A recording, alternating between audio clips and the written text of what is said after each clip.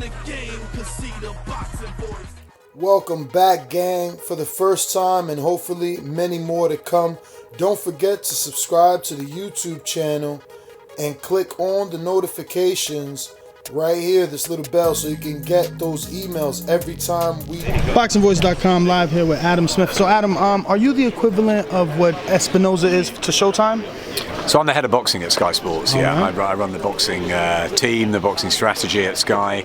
Barney Francis is the head of Sky Sports. He runs the whole operation because, of course, it's not just boxing on Sky Sports. We've got major football, the Premier League. We've got huge golf, huge cricket, huge Formula One, a whole host of other stuff. So, but I'm in charge of the boxing.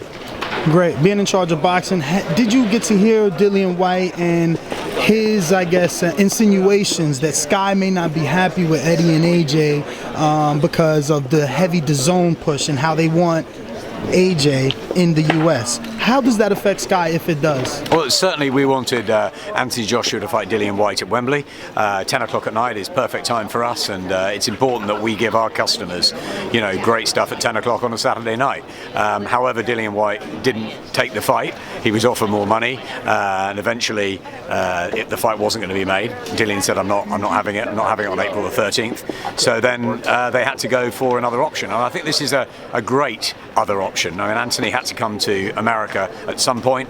He was here in this very arena for the Canelo Fielding fight and got an incredible ovation. I think AJ will go down amazingly in the States. I think he's got everything, and I think this had to happen at some point, and I'm glad actually it is happening now this summer against a really interesting guy in Jarrell Miller, unbeaten, fantastic talker, someone we've worked with closely in the last couple of years. World heavyweight title at the Garden. In many ways it doesn't get better. Is this fight going to be pay-per-view for UK consumers? Sure. Yes, it's on Sky Sports box office. So all Anthony Joshua's last, God, I don't know how many fights have been on box office. He is a box office star in Britain, so no question. Sky Sports box office in the early hours of June the 2nd back home. So what time early hours? So it'll be about 3 o'clock when AJ fights in England. So he'll fight 10:30 here. It'll be about 3:30. But what we'll do is we'll go on air early, around about sort of 6 o'clock US time, and we'll do, you know, a whole host of fights going through. I think there's going to be a lot of sort of Brits against Americans. So it'll be a split card? Or no. You'll be hosting whatever they have here? No, so we'll be doing everything from here, everything on Sky Sports box office, and it'll be a number of fights up to AJ and Miller. But I think the theme of the night is going to be very much the Brits against the Americans, bar Katie Taylor, who's obviously Irish, but I think that's the idea of the night, that there's going to be a lot of fights building up, and you know, we've got the Champions League is that weekend as well, the final on in back home, so there's a big sporting weekend too. Now, statistically, is it better to have, obviously, the fight at a later time at night for the UK crowd? No, not at all. No, it would be much better if it was 10 o'clock at night. Okay. 11 o'clock at night, that's what we've had. All the Wembley fights, AJ Klitschko, AJ Takam, AJ Povetkin, all of those, exactly the times that we want them. You know, between 10 and 11, that sort of time is perfect. But middle of the night fights we're used to. We've done, obviously, any number of Floyd Mayweather fights, Pacquiao and McGregor, and Ricky Hatton fought Mayweather at 4 o'clock in the morning and did huge numbers for us. We've obviously covered the likes of Holyfield Lewis in this very arena, Holyfield Lewis rematch, many Mike Tyson fights over the years, Riddick Bowe, etc.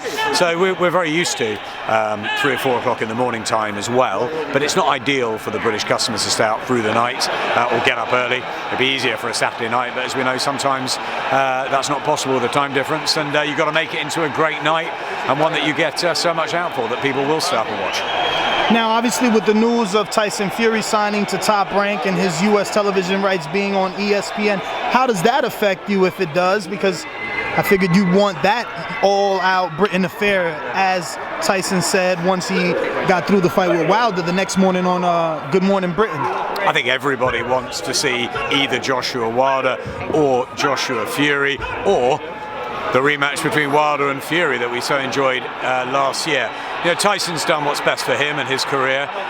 Frank Warren and Bob Arum's deal is brilliant for Tyson Fury, and ESPN have got him, and that opens the marketplace even more, doesn't it? What does Deontay Wilder do now? who does Tyson Fury fight? Do they fight soon? Do they not fight? And where does that leave AJ? Well, I'll tell you where it leaves him. It leaves him right here on June the 1st, fighting Jarrell Miller. That's the one fight we know is going to happen. That's the one fight we're concentrating on. And then as the other pieces of the jigsaw work themselves out, we hope, as all of us fight fans, that Joshua, Fury and Wilder all get together and all have that wonderful 2-3 fights that we had with Bo Holyfield, Tyson and Lennox Lewis. You know, that's what we want. We want a great era. But of course, the news yesterday possibly might fragment it more for now, and we just have to concentrate on what we have got made. And we know that AJ's fighting Jarrell on June the 1st, and that's happening. And until we know what else is happening, we can't really work on that. Do you think that this news works? You know, it obviously benefits Sky and the AJ versus Miller promotion. Maybe. Because now we have Tyson Fury, which signed a lucrative deal, but there really they don't have a set fight. Like, we don't know as Wilder going to happen. So the only heavyweight fight that is in town happens to be AJ versus Miller. Well, Does he capitalize? Exactly. We thought it was the Wilder Fury rematch would happen May the 18th at the Barclays Centre, and if that did happen, a couple of weeks between them, it's slightly harder. However, great time for heavyweights and for the fight fans. If that doesn't happen, we wait and see what Tyson's going to do. We wait to see what Deontay's going to do. Will he take Dillian Whyte? Will he do something different, or a Brazil type figure, or will he wait for the winner of these two? It's all open again, but that's what boxing's about. It's unpredictable. You never know what's going to happen next. That keeps us all on our toes. As for us, we're very much in the Anthony Joshua business, and we believe we've worked with him since he turned professional a year after the Olympics, and we're very happy with that. And we all want to see the big fights, but we know this one's happening. And Jarrell Miller's unbeaten. Everybody's writing him off, but he's unbeaten. It's on his home patch. He'll be so up for this, and let's see what happens on June the 1st first. So you said you're in the Anthony Joshua business. Are you in the Dillian Whyte business? He's been doing quite a few interviews where he feels second tier. He's also come to America to see what like he says, to find out his true worth. How interested is Sky in this pay-per-view that's been rumored between Dillian Whyte and Dominic Brazil? So we're very interested in the Dillian Whyte business, and Dillian Whyte is very interested in the Sky business. Dillian has told me numerous times over the last month that he is a Sky fighter and he will stay a Sky fighter. So, look, we know he came out here. We know he went to the Pacquiao fight and talked to Showtime. He had the fight on Showtime, not on DAZN, with Derek Chisora. But listen, we're interested in the UK market and we want Dillian Whyte on Sky. So hopefully, if everything can work out okay, then he fights Dominic Brazil, and hopefully we'll cover it. But we don't know when that fight's going to happen. We need to look at our schedule, our calendar, and make sure. But yes, I very much would like to see Dillian Whyte on Sky in the future. So, what sort of influence do you have on those types of fights happening? Like, can you nudge Eddie and say, "Look, we really need Brazil Whyte," or is it what Eddie brings you, and then you decide whether or not you want to buy it? Well, there's different conversations that happen. Obviously, I mean, we wanted Anthony Joshua to fight Dillian Whyte on April the 13th at Wembley. That was what was announced, not the Whyte fight, but it was announced that he'd fight in September against Povetkin, and then April the 13th would be the next date.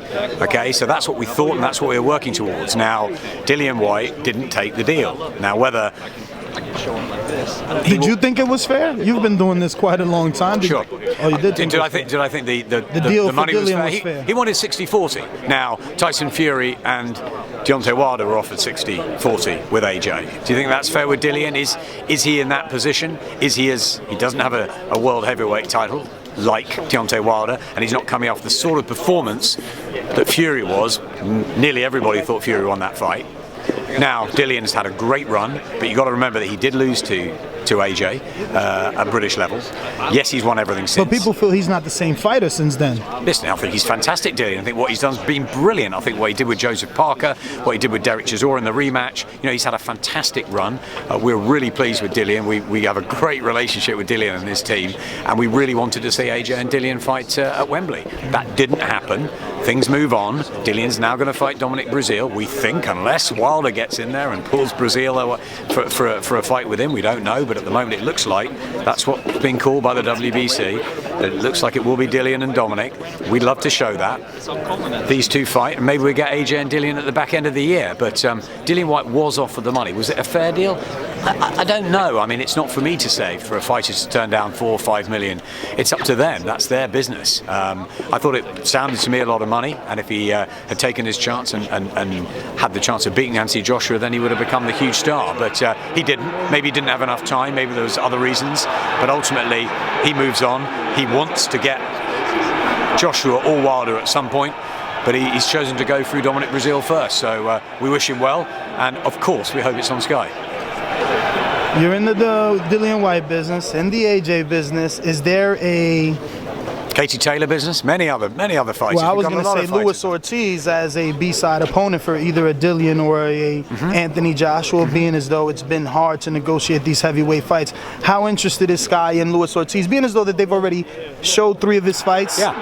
You would have those statistics. Did he do well, or yeah, is he not a... the fight with Dave Allen wasn't great, and then we took him to Monaco, which wasn't great either. But then he had the humdinger at the Barclays Center with Deontay Wilder, which we loved. It was a fantastic fight. Luis Ortiz came out of it so well.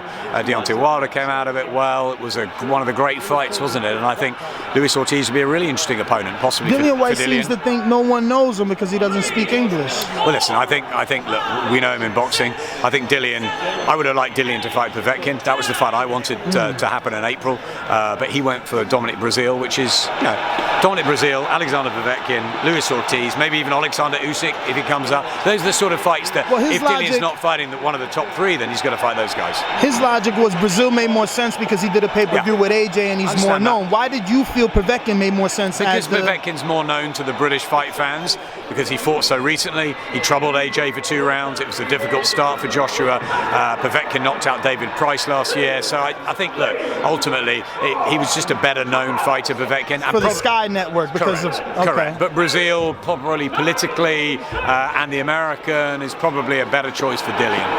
Well, Adam Smith, thank you so much for your time, man. Can't wait to do it again. Cheers. If you enjoyed the video, feel free to hit the like, subscribe, and share. As always, if you want to support us to the next level, head over to the patreon.com/ThaBoxingVoice. We have tons of exclusive from Border Wars, Entitled, betting shows, the list goes on and on and on. But in addition to that, if you guys have questions for fighters, trainers, and promoters, this is where you can submit them. We will run out, get these questions answered, and put it back on the show just for you guys. Appreciate it. Peace.